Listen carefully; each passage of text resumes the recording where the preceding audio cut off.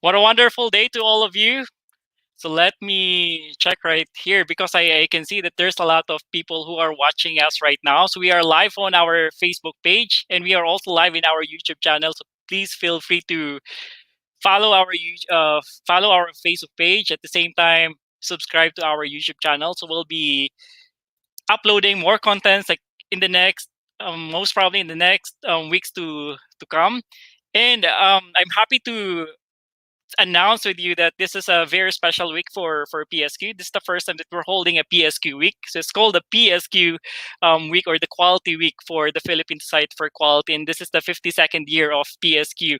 So we just celebrated the 52nd year last May 17, like a couple of days ago. And it's really nice to look back, looking at the different accomplishments of PSQ for quite some time, collaborating with local organizations at the same time with international initiatives. So it's great to be part of PSQ, and it's great to be of service with PSQ. I can see in here, so before I introduce with you our speakers for today, I can do some shout outs on our audience. I can see in here from, oh, thank you so much for tuning in, Doc Aki. Good afternoon, Doc Cynthia and Doc Glenn. So thank you for tuning in. I can also see um, Grace Susito, and I can also see Edsel Pena, H Bomb 79. So these are our, I can call it a Suki, Suki in terms of our um, viewers. So right now we're going to talk about a very interesting topic. This is all about driving professional certification in the business environment, and we've invited credible, um, esteemed speaker that can help us understand what professional certification is all about and how do we view it, what can we do about it. And I know during this pandemic situation, a lot of certifications, actually it in I can see that the increase in terms of the certifications for, I mean, since last year, because of the pandemic, that a lot of people were subscribing to upscaling themselves, looking at which types of certifications that they can really take. And I believe this is the right time for you guys to, maybe if you can jot down your questions or your insights while we discuss driving certificate or professional certification, then that would be of help to all of us. Just remember that this is a learning session. So anything that you would be sharing in here would definitely be of um, relevance to the topic. That would be of great help to all of our participants. So without further ado, I just want to introduce with you our speakers for today. Let me start it with Dr. Cynthia Bernabe. Um, Dr. Cynthia is a certified event management professional and a certified trainer. Um, she's a graduate of event leadership from Temple University School of Tourism and Hospitality Management in Philadelphia, Pennsylvania, and recipient of Certificate of Excellence.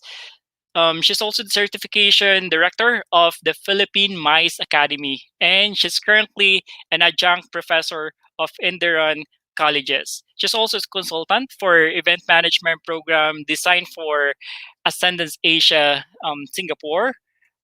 She's also part of the Honorary Professional Certification Governance and Quality Council for Singapore Institute of Multidisciplinary Professions, or SIMP. And there's actually a lot of things in here. I mean, a very credible speaker, very impressive CV from Dr. Cynthia. So welcome to our May webinar, Dr. Cynthia. And Thank you. Thank you very much, Dr. Ray. And a wonderful afternoon to all of our viewers, of our guests in this webinar. Thank you for having me here, PSQ, Dr. Ray. thank you so much, Dr. Cynthia. It's a privilege for for us to really invite you to be here. I mean, in our actual webinar. Thank you so much. It's a privilege. And for our second speaker, we have Dr. Pamela Palanca. She's the current senior manager for the LBC International Sales and Operations. She oversees all the international origins in terms of operational matters. So we're talking about the end-to-end process of that process. She has more than 18 years of experience in logistics industry, and she had a lot of accomplishments. I mean, in that industry, she was able to open the first branch in Australia and Middle East, and she was able to establish different types of projects that really contributed to attaining the goal of the organization. And previously, she worked as an adjunct professor at the Polytechnic University of the Philippines and at the Jose Rizal University. So please welcome our second speaker. We have Pam. Thank you very much, Dr. Ray, and happy afternoon to everyone. I would like to say thank you to the PSQ for the opportunity given to me to share our knowledge in terms of the certifications for the business industry. Amazing. Thank you. Thank you so much for that, Dr. Pam. And for our third speaker, he is Dr. Glenn Kabakang. He is a multifaceted leader. He loves sharing his knowledge and experiences with industry-based best practices with an ultimate goal of human capital development amongst different individuals and organizations. He considers his frequent travels to various countries across continents in addition to opportunities to work with and contemporary of people and coming from innumerable cultures and societies, and his most treasured learning ventures or venues where he gets to understand better about the diverse perspectives of individual. Currently, Dr. Glenn keeps on working towards realizing the vision of his organization to build that distinct Asian brand of leadership alongside with his peers and colleagues. He's currently the chairman and president and CEO of the Ascendance Asia Group and president of the Singapore Institute of Multidisciplinary Profession. And he also has a lot of very good credentials and really great accomplishments. Same with Dr. Cynthia and Dr. Pam in here. So let's welcome our third speaker. We have Dr. Glenn. Hi, Ray. Thank you for having us here. I don't know. So perhaps we just go ahead already with this and let's get the show rolling. Absolutely, because we are all excited as well. Maybe we can start with how are you adapting I mean, since the pandemic started last year, how are you adapting? I know Pam is coming from logistics industry, and then Dr. Sanchez coming from the events management perspective, and it's really different as I mean, on how we're doing it now. So, how were you able to adapt in this virtual leadership era? Maybe we can start with Dr. Cynthia. Well, Dr. Ray, we were able to adapt, and I'm saying this on behalf of the organization that I represent, the Philippine Mice Academy. Since I come from the mice and events, business events, and meetings, conferences, exhibitions, industry, we were able to adapt by pivoting to the digital, virtual, online events immediately after the lockdown last year. Well, it was not easy, and I would say that at present, we are still on our learning curve when it comes to virtual or online events. The other thing that we are beginning to learn is to do hybrid events, which is a combination of a live on ground and an online virtual event. So the landscape of the mice and events industry is totally different. So it's a matter of being able to pivot immediately to the digital world.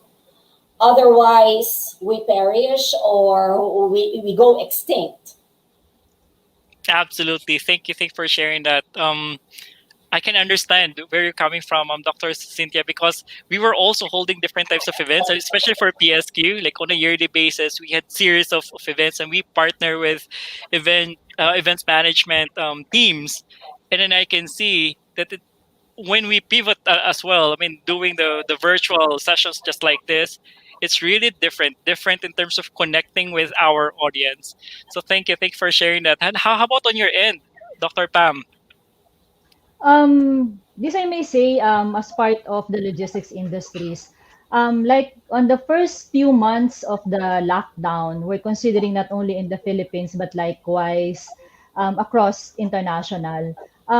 There's a big impact in terms of how do you want to service your customers? How do you want to provide a good customer experience considering all the factors that might affect your service?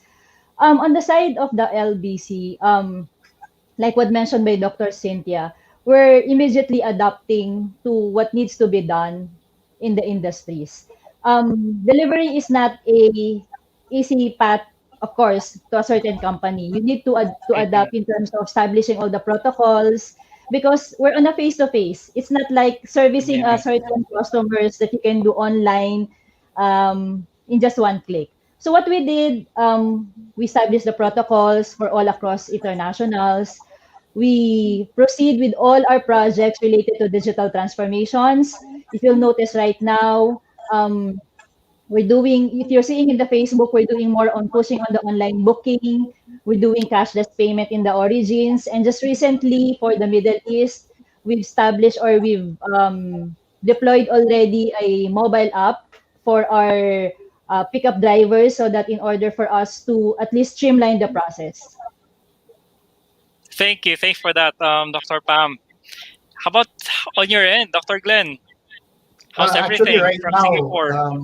yeah, right now with my other company, Ascendance Asia, what we are doing is that we are already providing learning management systems services to some of our client schools. So beginning the early of 2020, when pandemic started hitting us, we started catering also to more or less about 30,000 students. And this pandemic situation has actually given us another window of opportunity as we expanded further our different service offerings, ranging from training, research conferences, events, publications, to the learning management systems platform sector that we are now providing with educational contents. So basically, the situation of pandemic has actually given us uh, vast opportunities in the learning sector, in the education sector. Wow, that's great. And I can see that, the three of you from Dr. Cynthia to Dr. Pam, Dr. Glenn, you were able to take advantage of the opportunity that this pandemic has brought us. Great opportunities, actually. You're turning this into a great opportunity. And I think that's one of the best ways that, leaders can take a look at. And not just leaders, but all of the people who are watching us right now. So let's talk about certification because I believe this is for me, it's a timely discussion. This is a relevant topic. We know that certifications are everywhere, and a lot of institutions are offering various institutions, and you can see it right there when you go to the Facebook environment. There's always that boosted advertisement on certification. When you go to Instagram or to different types of social media channels, you can see them everywhere. That means that our society we live in really values certifications. But we just want to go back. What really is a certification, and what do we get out of the certification? What are the benefits that we can get really from the certification? Maybe we can start with Dr. Glenn. Okay. Well, certifications are there to help us validate the professional competence of individuals. No, these certification programs enhance professional credibility. They extend knowledge and skills, preparing you for more job responsibilities, like serve as a portable proof of ability. It enrich self-image, reputation among peers. In some cases, this one also help us in terms of improving career opportunities, promotion, pay increases, job portability, and of course, it also encouraged lifelong learning and professional development. Thank you for that, Dr. Glenn. How about from Dr. Pam, from LBC perspective or from logistics perspective? Like, how do you view certification? Actually, for me, as part of the logistics industries, um, for me kasi getting a certifications is not nearly, we don't want to break the continuous knowledge that we have right now. Meaning it's a continuous learning progress. Like you look for an opportunity on how you're going to enhance your skills, your credibility, and making sure that through the certifications you'll be more competitive in the market, especially now. As mentioned, Mhm. there are a lot of mom and pops that right now, in terms of the online selling, in terms of gearing to the Facebook or social media, everybody wants to serve it. So a single person, in terms of providing or delivering the service, is a different story. But if you have a certifications, you want to boost your brand. It's basically a gateway for a certain company or a certain person to sell his skills and knowledge in terms of what I have right now in the current pandemic. I think I totally agree with you, Dr. Pam. And how about from Dr. Cynthia? I mean, you've been doing events management certification, as I can see in your post, right? What's your perspective around it? For our industry, certifications are actually designated credentials, which are earned by an individual to verify their competencies to perform a specific job in events management. Because you see, in events management, we have different disciplines from event design, event marketing, risk management. So somebody who is certified can display the competency or legitimacy to perform a specific role in our industry. A certification also shows that that individual has been trained, has been educated, and has been prepared to meet the challenges or the requirements of the job in our industry. Now, it is also very specific that these credentials show that an individual has passed assessments that are required by the industry before getting that credential. So there are exams and outputs, event designs, and these are presented before a panel, a technical panel of our industry experts and leaders to really verify if that individual is a fit to the needs of the industry professionals. Thank you for that, Dr. Cynthia. I could feel that there's a rigorous process behind any of the certifications, especially on your industry. So that's great. And what I can hear from maybe the three of you in terms of the benefits, right, or one of the benefits of going through certification is really the establishing that professional credibility. But my question now is, how do we now ensure we're getting it from a credible institution? Because how do we know that the certification is legitimate? Because that's one of the, I think that's one of the hot topics that I've been hearing for quite some time. And we can start with Dr. Cynthia. All right. I always say that one way of knowing if the certification is legitimate is by doing a research or checking the legitimacy and the credibility of the institution or organization offering and conducting the certification. So, anybody who would want to get certified should take due diligence in doing a background check and really checking if that organization or institution um, has the authority to offer these kinds of certification. So in our case, it is actually the professional organization. The Philippine Mines Academy is the education arm of the PASEOS, and the PASEOS is the Philippine Association for Convention and Exhibition Organizers and Suppliers. We actually have counterparts in other countries. If it's the PASEOS for the Philippines, it's called SASEOS for Singapore, and MASEOS for Malaysia. So legitimacy of the organization is very important. It's very critical. Thank you for that, Dr. Cynthia. So you really have to do your research or due diligence in terms of is it really legitimate, and maybe you can do a lot more research about it before you go through the certification. How about on your end, Dr. Glenn? I know you're also overseeing like a certification program, right, from Singapore Institute of Multidisciplinary Professions. Yeah, actually, Ray, in my point of view, just like what Dr. Cynthia said, the legitimacy of certification programs stems from the point of a solid founding support by the professional members of the certification granting body, and then of course most especially by its seasoned members, and then next comes those that are supported by co-certifying bodies that believes in their co-equal bodies professional philosophies, like in the case of the Singapore Institute of Multidisciplinary Professions.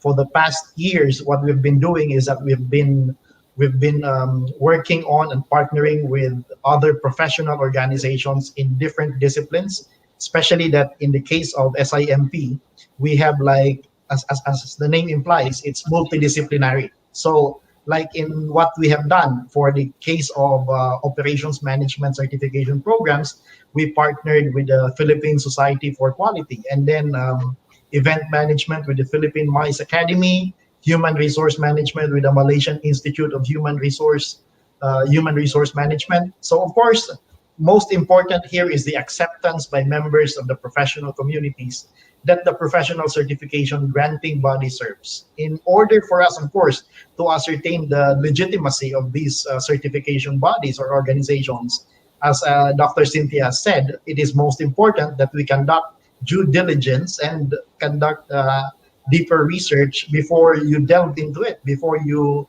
jump into the fire. Thank you. Thank you for that, Dr. Again. And how about from you, Pam, right? I know most probably you've interviewed a lot of candidates or a lot of applicants in LBC, right?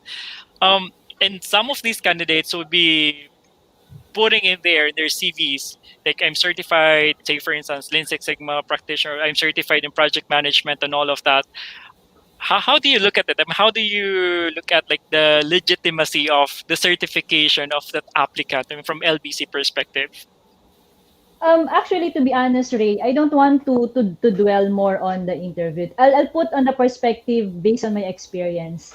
Mhm. Prior to the pandemic, usually our HR usually provide us a list of trainings, seminars, in order for us to boost our knowledge, being one of the leaders of the industries.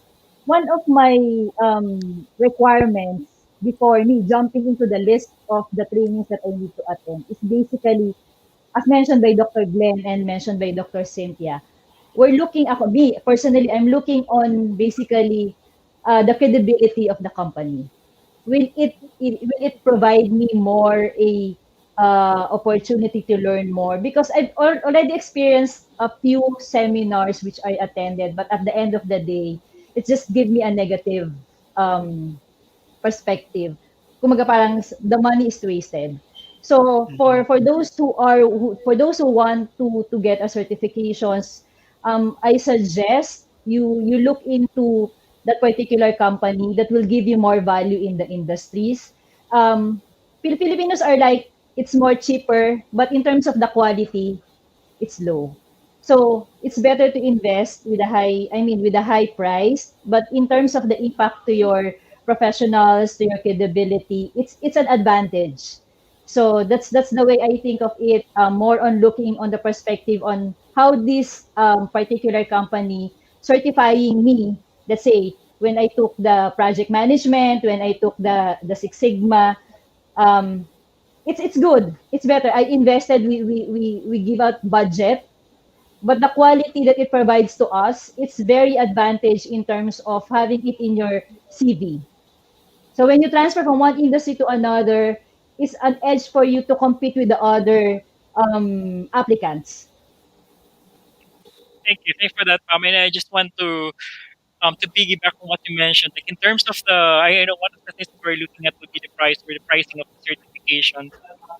This question um came from me, like experiencing or looking at the different advertisements from social media channels. Like I've been seeing a lot of Ray, excuse me. Is it only me who's hearing feedback? um are you hearing feedback, Dr. Cynthia or Dr. Pam? Mm, no. No, not on my end, because I know this is one of the this is one of the questions that I also been hearing, I mean, in our meetings as well. So maybe it's just part of the technological glitch, part of the new normal, part of the virtual environment. So thank you for bringing that up, Glenn. But going back to my statement earlier regarding the looking at certification, one of the things that we're looking at is really the price or the pricing, right? Because I am seeing that there are a lot of certifications that are getting cheaper. Is this a Correct. red flag that someone needs to look at before taking it? Like super cheap. That's what I can see. And you can get it as quickly as you can. So I don't know. I mean, based on our definition earlier, right, that you need to take an exam, you need to be tested, and all of that. And there are certifications that you can actually get it like maybe just taking it for a day or for two, and then you have the certification. So is that a red flag? And maybe we can start with Dr. Cynthia. I can say that's a red flag because basing it from our industry, there is no event management certification, Dr. Ray, all over the world that is cheap. You know, certifications do have a cost. And that is because there are processes, tedious processes involved in certification. There are a lot of experts involved in that process. So it can never be cheap. So I would say that's a red flag. And I can say that another red flag to watch out for is if the certification is granted easily, because certifications are not easy. Exams and assessments come with gravitas. So there are requirements to be fulfilled. So aside from the cost being cheap as a red flag, another thing that they should watch out for as a red flag is, does it come very easy? Like you mentioned, is it a half day, a 1 day, and then a very low cost, and then they get a credential or a certificate of completion for that? You know, that's basing it from my experience and even from the certifications that I took in different countries. Thank you for that, Dr. Cynthia. And there's I can see that it's a painstaking process, right, in terms of establishing any certification programs. It entails a lot of effort, entails a lot of brains. That's why it comes with a price, right? And then it takes a lot of discipline. That's why for you to see some advertisement that you can get a certification as quickly as possible or as cheaper as possible, that can be like a huge red flag. How about from your end, Dr. Glenn? I know that being the owner of a company or a firm that oversees or that establishes the certification program, so there will be time that maybe you would be looking at your pricing strategy, and I could see it in some of the companies, right, that maybe they made the certification a bit cheaper. But what's your take on that, Glenn? How low can they go? I think to start with, we can start with that red flag thing as a good thing to basically mark one certification body or organization. No? But in my personal opinion, there is no direct relationship between pricing and certification credibility because after all, it must be about the process. It must be about the thought that is carefully put into in terms of the policies of the certifying body before granting such certifications. So let's take, for example, a look at the Professional Regulatory Commission of the Philippines. Diba? When you apply for a board exam for teachers or mechanical board, how much do you pay? It's only 800 pesos or 900 pesos to sit for those board exams. But PRC does not necessarily become does not necessarily become an organization that is not credible in providing these board exams, because we know for a fact that there are processes, there's a lot of rigorous processes that were put into place. The only thing is that if that organization also is backed up financially, like in the case of BRC, because the government is the one backing up in terms of its financial requirements, it can afford to offer it for that low price in for the board exams. But for private certification bodies, on the other hand, you must take into consideration how the process is. And if you see that it's really still heavily done, or the process is still very strict despite that, and we know that there's a cost in this rigorous process, we probably need to know also whether is this backed up by a foundation, or is this backed up by another organization that is financing it. So to me, again, as I've said, it's good to start with a red flag, and then find out whether we need to stick that red flag there forever, or we can take it out later on as we get to know how the process is done in terms of the certification programs that they implement. That's it. That's That's cool. my So thoughts. different. Thank you for that, Dr. Glenn. So different industries, different sectors would have different view in terms of looking at it. And thank you for sharing that. How about from your end, Dr. Pam? I would still go looking at starting also with the red flag. But for me, like what I've mentioned a while ago, I've experienced already getting a cheap certifications, and then at the end I got disappointed. So what I'm doing right now, as mentioned, our HRs are providing us the list of training, certifications. I look at the topic. I do more research aside from that particular certifying company providing our company. I do an extensive research on that topic also, because at the end of the day I want to make sure that whatever the company is paying for is worth it. It's basically not only for the company but also for myself. The reason why, as mentioned, the reason why we're getting certifications is because we don't want to break the continuous learning.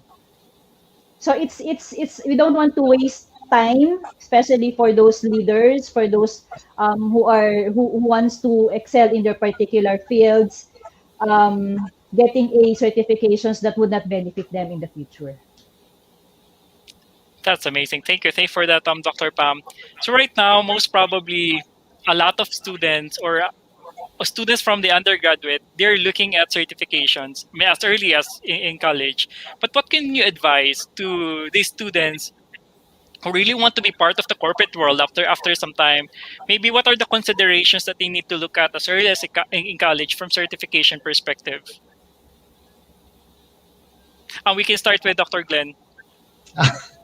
Okay, for those who are still on their undergraduate studies, perhaps if they want to work on getting a certification, I think it should be something that is aligned with a program that they're completing in their undergraduate studies. For example, for those who are taking the Bachelor of Science in Accountancy, of course, they must work on getting the CPA board. For those who are doing the mechanical engineering, of course, they must work on the mechanical engineering board. Well, for those whose programs naman that do not have specifically available board exams, they could probably go for certification programs offered by professional certification organizations like those in the disciplines of business administration, hospitality management, tourism, amongst others. But again, we go back to what we have talked about earlier, where you need to conduct due diligence and find out which credible organizations can actually provide you the best experience, the most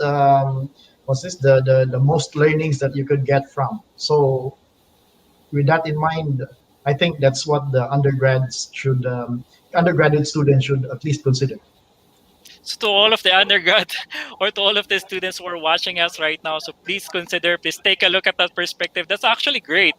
And I can see in here there's a question, but we can entertain the question right after our conversation. But please feel free to share your questions or your insights right there in the comment section in our YouTube channel or maybe in our Facebook page. So please feel free to share those, and we will be entertaining those questions right after our conversation. So I know Pam was able to share um, some pointers when it comes to go before going through a certification program from LBC perspective. I want to hear from Dr. Cynthia. How about for those who have been in the industry for quite some time? What do they need to think about or consider before taking a certification program? All right, for those in the industry already, before they jump into getting certified, they have to assess the time the time required to finish a particular certification program. They have to assess also if they are qualified already to take that certification, if they have the required industry experiences already.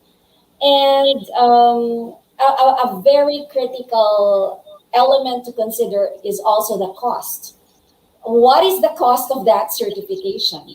And who will cover for that cost? Is your employer going to share with you? Are you going to be sponsored by your employer? Or are they sponsoring half or sharing in the cost of the certification? Like, I think these are the legit concerns that those in the industry already should take into consideration. Thank you for that, Dr. Cynthia. I can relate in some of those inputs when it comes to my observation on those people who are taking the different types of certifications. I know their cost is one of the things that you need to look at. And I was also thinking that it's really how are you going to use it? I mean, the certification, right? I mean, once you have it, how are you going to operationalize that certification? It's not just a title that you will be putting right there in your name, right? It's not just a credential. But where I'm coming from is that I'm seeing a lot of people who are taking certification courses just because of not maybe because of the advertisement that hey that if you take the certification that you will get promoted, and there are so many benefits that you can any benefits that you can think of, like say for instance people are taking a lot of like say for instance a Lean Six Sigma yellow belt certification, and then when they go back to the organization, I don't know how are they going to use it. Like I mean, maybe they're stuck in terms of okay, I have the certification, but how I am going to use it. So I believe that's also one of the things that as mentioned by Dr. Cynthia, that you need to look at, need to consider, is it something that's aligned to maybe to what you're doing or what you want to be like sometime in the future, so that there's there's a solid ROI. I mean, of your investment, because you will be definitely releasing like a sum of money for that certification. This one, another question that I want to ask coming from, I mean, to our speakers is that some professionals are asking, should I get an MBA or a master's degree, or should I spend my money for certification? Because a lot of people are saying that, okay, if I'm going to take like an MBA, it will take me X number of years. But if I'm going to take like certification program, it will just take me for X number of months and I can really use it. What's your perspective about that? Because there are also can be students or there are also people from the corporate world who are asking this question. We can start with Dr. Pam. Okay. For this is quite a bit subjective to that particular person. Again, I'll be talking to what I've experienced, basically coming from a having a low position, then going up to the ladder. For those, here's what also I'm telling for my past few students that I've been when I teach with under the PUC and Charles University. I would really encourage for those undergrad students to finish their course right now, and then after that, find time to go with MBA courses. It really helps a lot in terms of polishing your knowledge and providing you more opportunity to learn in terms of what would be your expectations in terms of the corporate. The undergrad course kasi is more on books and everything and the facts. But in terms of going into a master's or doctorate, it's a combinations of what you have learned from the undergrad and the experience that you have right now for whatever industry you have, right? So, but for a certain students who are, let's say, taking masterals, they're already in the industries. If there are certifications that a certain company is providing, then grab the opportunity. As long as you have time and you know what do you want to do for yourselves, it's basically what's your career goal. You cannot just jump into, I like these certifications because I want to be promoted after 6 months. But if you cannot use that certifications after like let's say you're spending 2 3 days or 1 week getting the certifications, then after a few months then it's gone, then it's a waste of time again. So we better look first primarily on what would be your career path, your career goal. Provide a checklist. It's basically organizing yourself before you jump into any decision making in the future.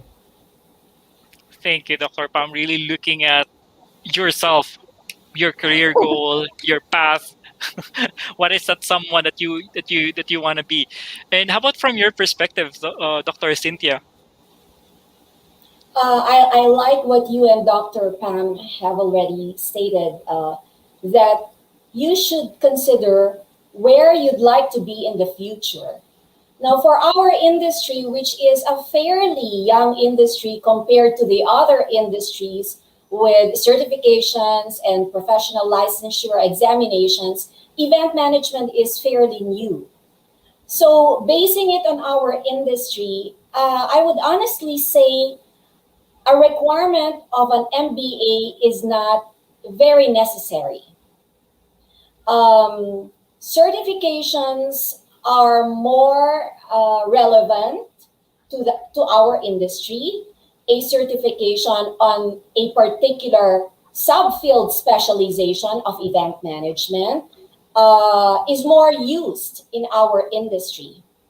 But if that event professional would want to be in the corporate world, then an MBA would be nice to have.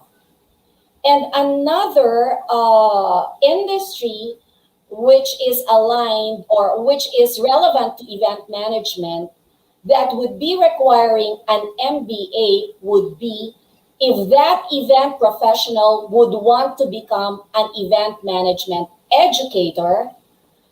Definitely that person would need to have an MBA to be able to teach in college or the professional level.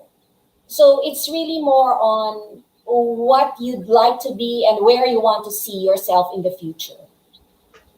Thank you for that, Dr. Cynthia. Um, it's so clear, right, that before taking the certification or before taking a master's program, so what do we really want to consider? And it really depends as well to the requirements of, say, for instance, of the job that that you're part of, the industry that you're part of. And how about on my next question will revolve around the certification in the organization, really driving it in the organization. This question is for Dr. Glenn. So how should the certification look like in the organization? What should be the approach?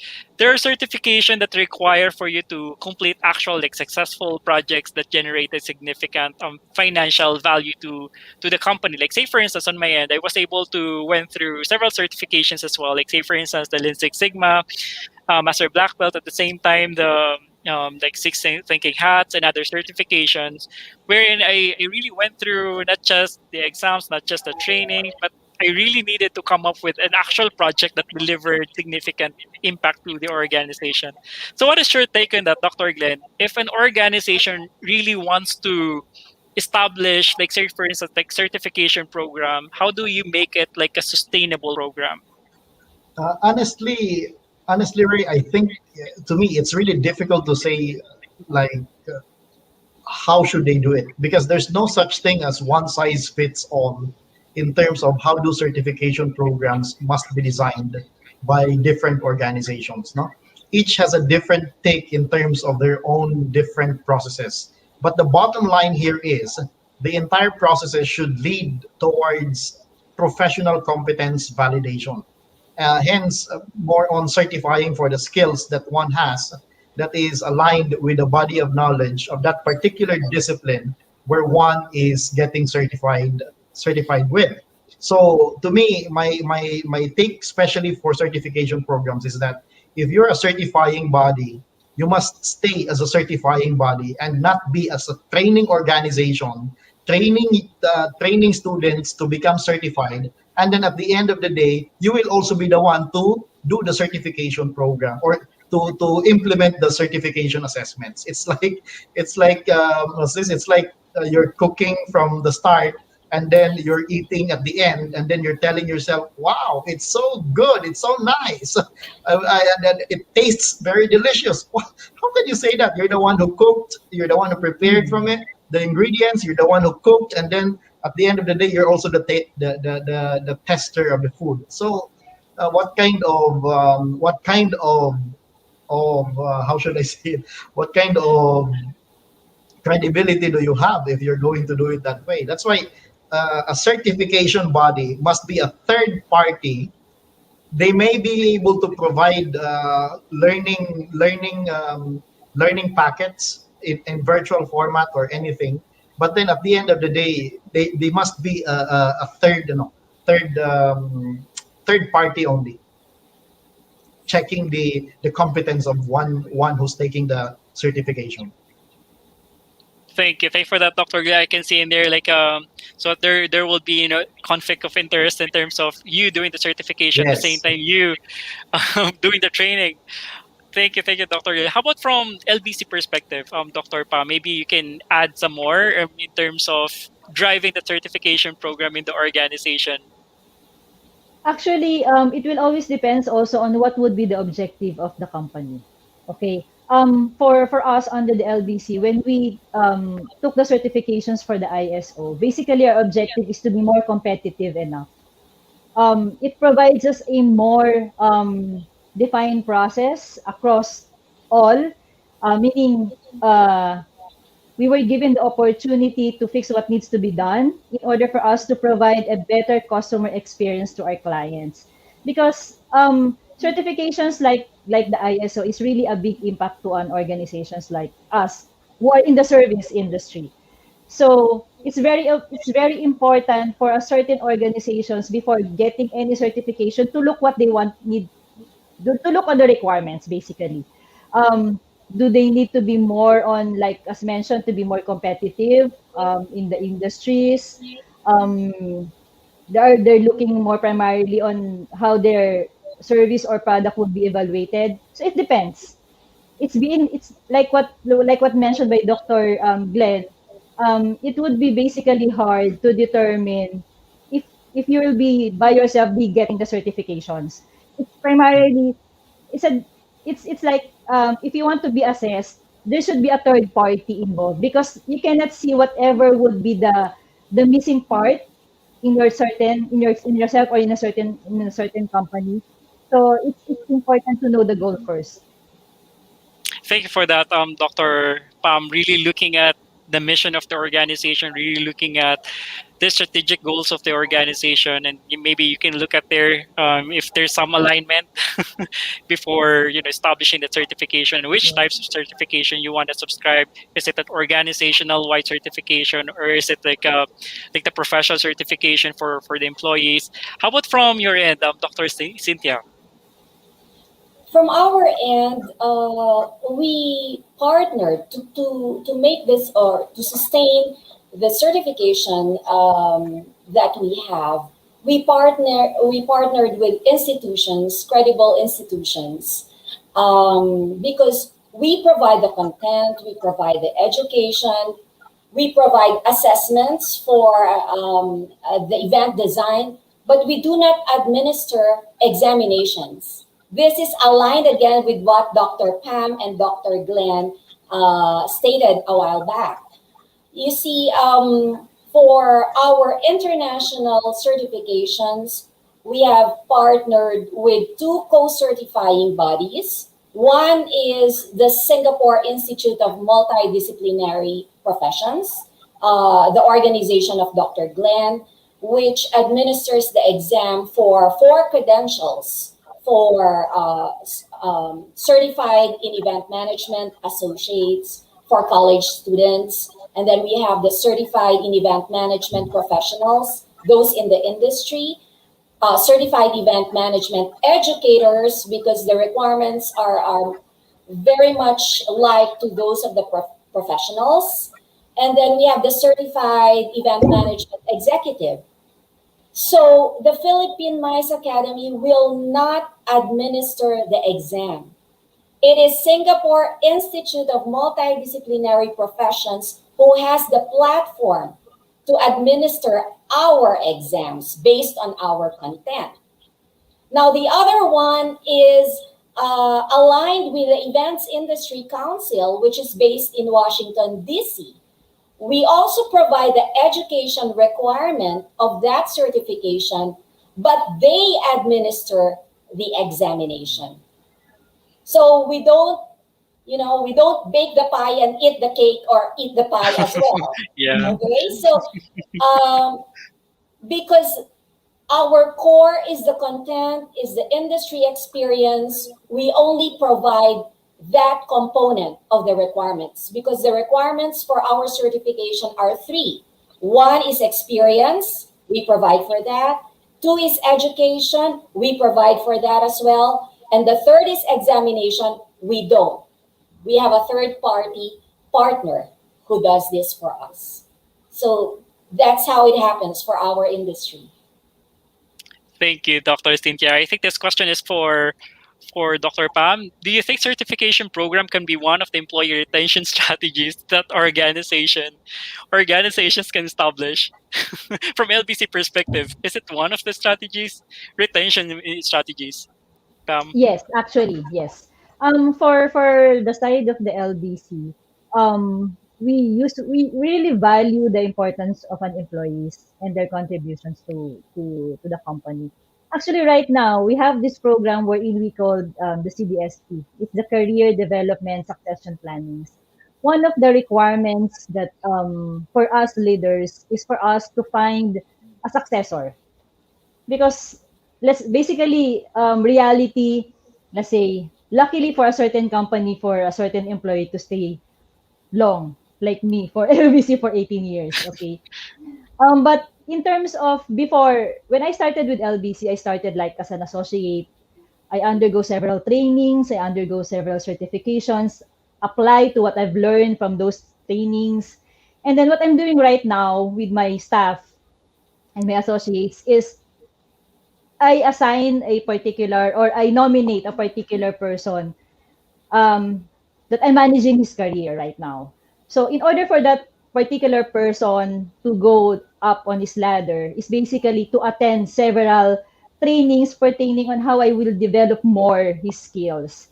So it's very important for a company to at least invest, provide a good certifications or more trainings to a certain employees, agree to a certain industries for other industries.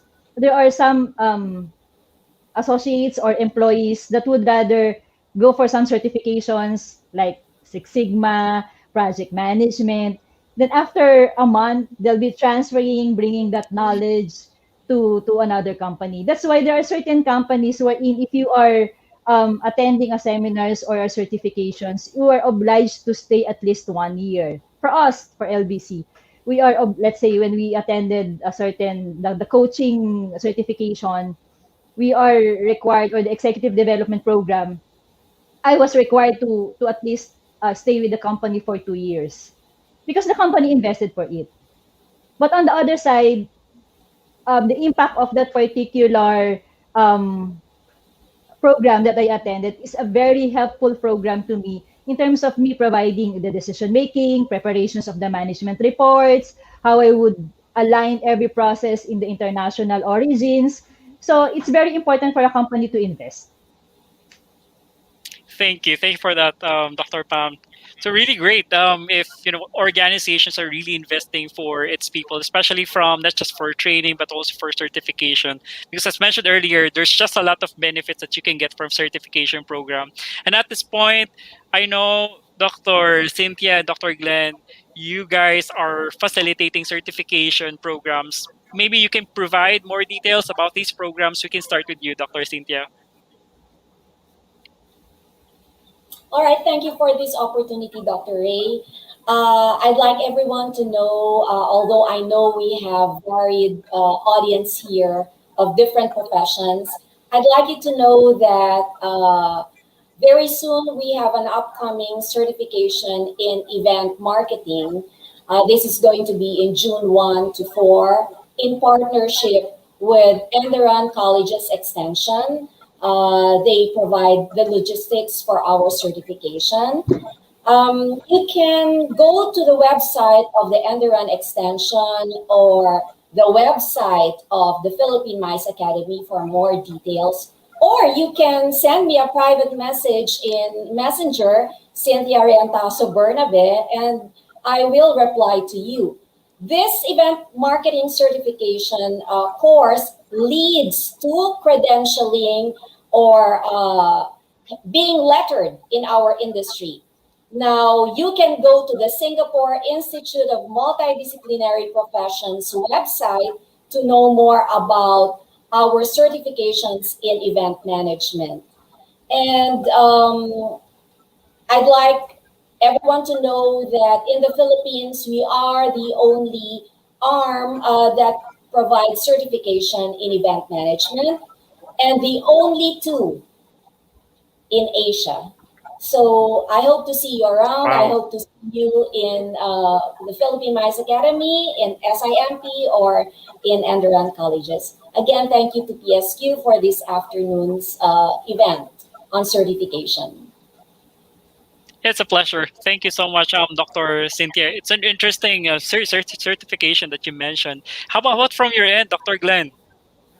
In our case, what we've been trying to promote earlier on is to, prior to pandemic, is to partner with learning organizations wherein we can share the body of knowledge books that we have for the different disciplines that we're certifying for, so that those who would like to get certified can undergo training or review sessions with them. But because of the pandemic situation, the in the recent months, what we've been doing is that we've been working on converting these ebooks into video lecture materials that we can share with the public for them to take on, and then eventually take the certification programs. But of course, based on the policies and guidelines that we have for these different certification programs, it does not cover entirely the whole process of certification. So, for example, if we have like 100% assessment, it's only about 80% or 60% that is covered by those coursewares and ebooks that we have. The rest of those must be covered by your own experience, such that you would like to get certified for that discipline because you are yourself a professional in that discipline. So that's what we've been doing for the past few months, and we hope that by the end of the year we would be able to launch our programs with accompanying courses that those who would like to get certified with can actually go through these review sessions themselves. Thanks, Ray. Thanks for this. Thank you. Thank you for that, Dr. Glenn. Maybe we can entertain one question I can see in here from Grace. The question is, would you be able to recommend references on legit certification bodies in the Philippines for the most common skills such as project management, Six Sigma, Agile, etc.? Maybe the question is for Dr. Glenn. I'm not really familiar, but if you ask me about project management, of course was this the Project Management Institute is there as PMI, one of the most was this one of the most reputable. credible organizations for that. But we are also having, I think Google is also starting to work on getting project management certifications. So Mm. I think the PMP does not necessarily need to be in that to be the only option. I mean, the PMI doesn't necessarily need to be the only option. In our case, also, we haven't even gone through that project management as a discipline that we are offering yet, because we know that the PMI is there as a very strong body that can certify for that. It's Awesome. really Thank you difficult to to recommend. That's true. That's true, Dr. yeah. Glenn. So you just need to really do your research, do your due diligence as mentioned by Dr. Cynthia. So Yeah, at this point, actually, before even go ahead, actually Dr. Glenn. even for the SIMP, I would not necessarily recommend SIMP right away. You need to do your due diligence and find out if that organization is really the one organization that is credible to do that. So I don't, even if I am with SIMP, I don't necessarily say that it's just the SIMP or something like that. Thank you for that, Dr. Glenn. So before I ask some maybe like parting messages or advice from the three of you, our speakers, I want to give this time for our viewers to um, provide their feedback through this. Let me flash the QR code for the participant experience survey. If you guys can scan the QR code, or if you can't access it, then you can go to the email that we sent out. So there's a link in there wherein you can answer the survey. Oh, all right. So at this point, so before we say goodbye to our speakers, so maybe we can get some maybe advice from our speakers in terms of certification. Um, Advice to anyone who wants to go through a certification program. We can start with Dr. Pam. Okay, so just a short parting message as per Dr. Ray. Again, coming from my own experience, let's not stop learning. Okay, so how do we do that? Um, be certified, take MBA courses, but for getting a certifications, conduct a thorough research before you get anything, looking at the money, the time, and just make sure it will also benefit you in the future. Thank you for that, Dr. Pam. How about from Dr. Glenn? I think just 2 points that you need to consider. One is due diligence, and then the second one is alignment with your career now or in the future. Awesome. That's perfect. And from Dr. Cynthia. All right. I'd like my parting words to be based on my experience. I'd share with everyone that ever since I got certified in event management, a lot of doors were open to me. It has secured top positions for me in the industry. I got into the academe because of that. And I would say that I was able to reap a lot of benefits. In fact, all the benefits that they say one can gain from certification. So I would say it happened to me. I am a living proof. I always say to my colleagues in the industry that this is something that is very significant in our industry.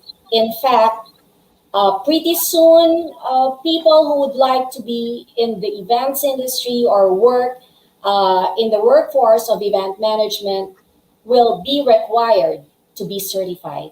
So, you better do your certifications because we are in the age of certifications.